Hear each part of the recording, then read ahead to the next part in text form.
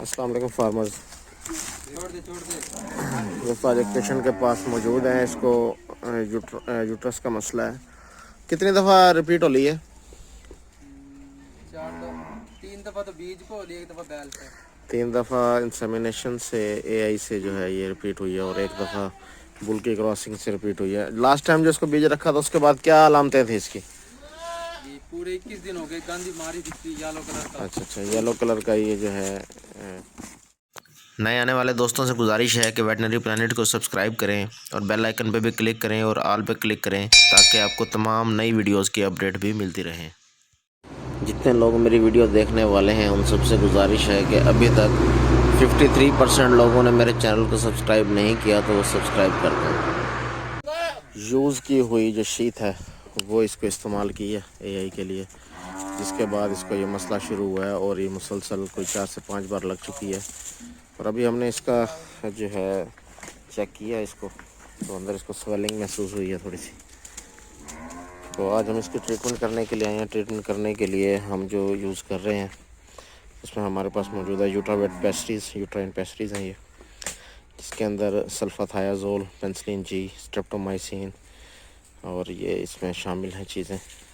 तो ये इसको जो अगर हमने एहतियाती इस्तेमाल करना है, जैसे कि हम इस्तेमाल करते हैं कि जानवर को एआई करने से पहले उसको कर लिया कि कोई मसला नहीं, तो उसमें हम इसमें इस्तेमाल करेंगे 2 से 4 गोलियाँ। लेकिन जो हम इसका ट्रीटमेंट करने लगेंगे तो 4 से 8 गोलियाँ इसका इस्तेमाल करेंगे और 3 से 5 दिन जो है ये ट्रीटमेंट इसकी करनी है।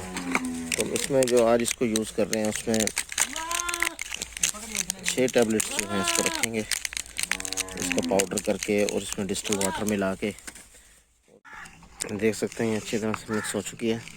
अच्छी तरह से मिक्स होने को पता चलेगा जब आसानी से सिरिंज के अंदर ये महलूल भरना शुरू हो जाए और कहीं भी पाउडर या गोली का टूटा हुआ हिस्सा रुकावट पैदा ना करे, तो तब पता लगेगा कि ये बिल्कुल अच्छी तरह से मिक्स हो चुकी है।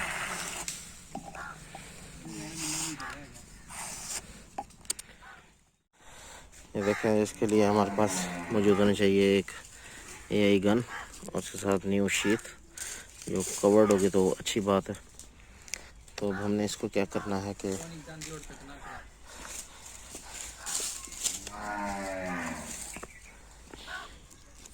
इसको हम इस जगह से काट लेंगे और इसके कॉक को बाहर निकाल देंगे।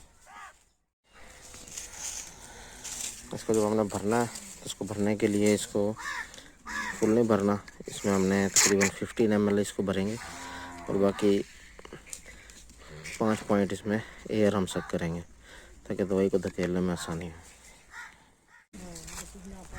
इसको दवाई रखने के लिए हमने ये शीट और राड का इस्तेमाल करना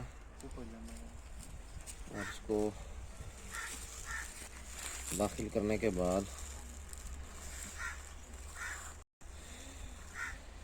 सोज बहुत कम होगी, इसमें तकरीबन 80% उतर गई है।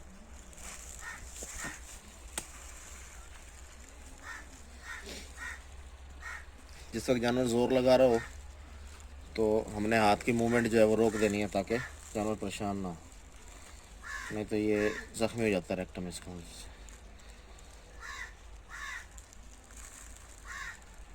इस दवाई को हमने इंट्रायूट्राइन रखना है, बिल्कुल जब हमें तसल्ली हो जाए कि बॉडी ऑफ यूट्रस में ये पहुंच चुकी है, उसके बाद हमने इसका राड जो है वो निकाल लेना है और शीत अंदर रहने देनी है।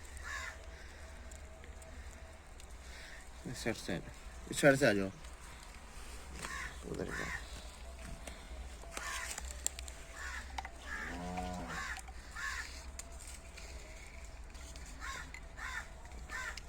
दवाई का जो हमने महलूल बनाना है वो सिरिंज के अंदर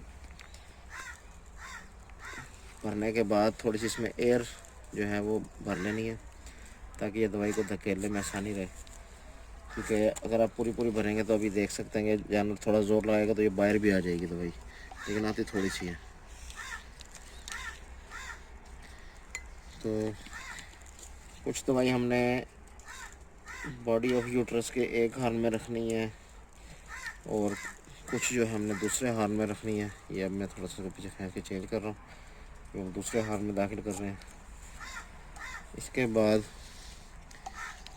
कुछ दवाई हमने इसकी वजाइना में दाखिल करनी है। तो उसके लिए हमें थोड़ा सा इसको पीछे खींचते हुए जब हमें तसल्ली हो जाएगी कि अब ये सर्वैक्स से निकल आई है, तो ये हमने यहाँ दाखिल कर देनी है।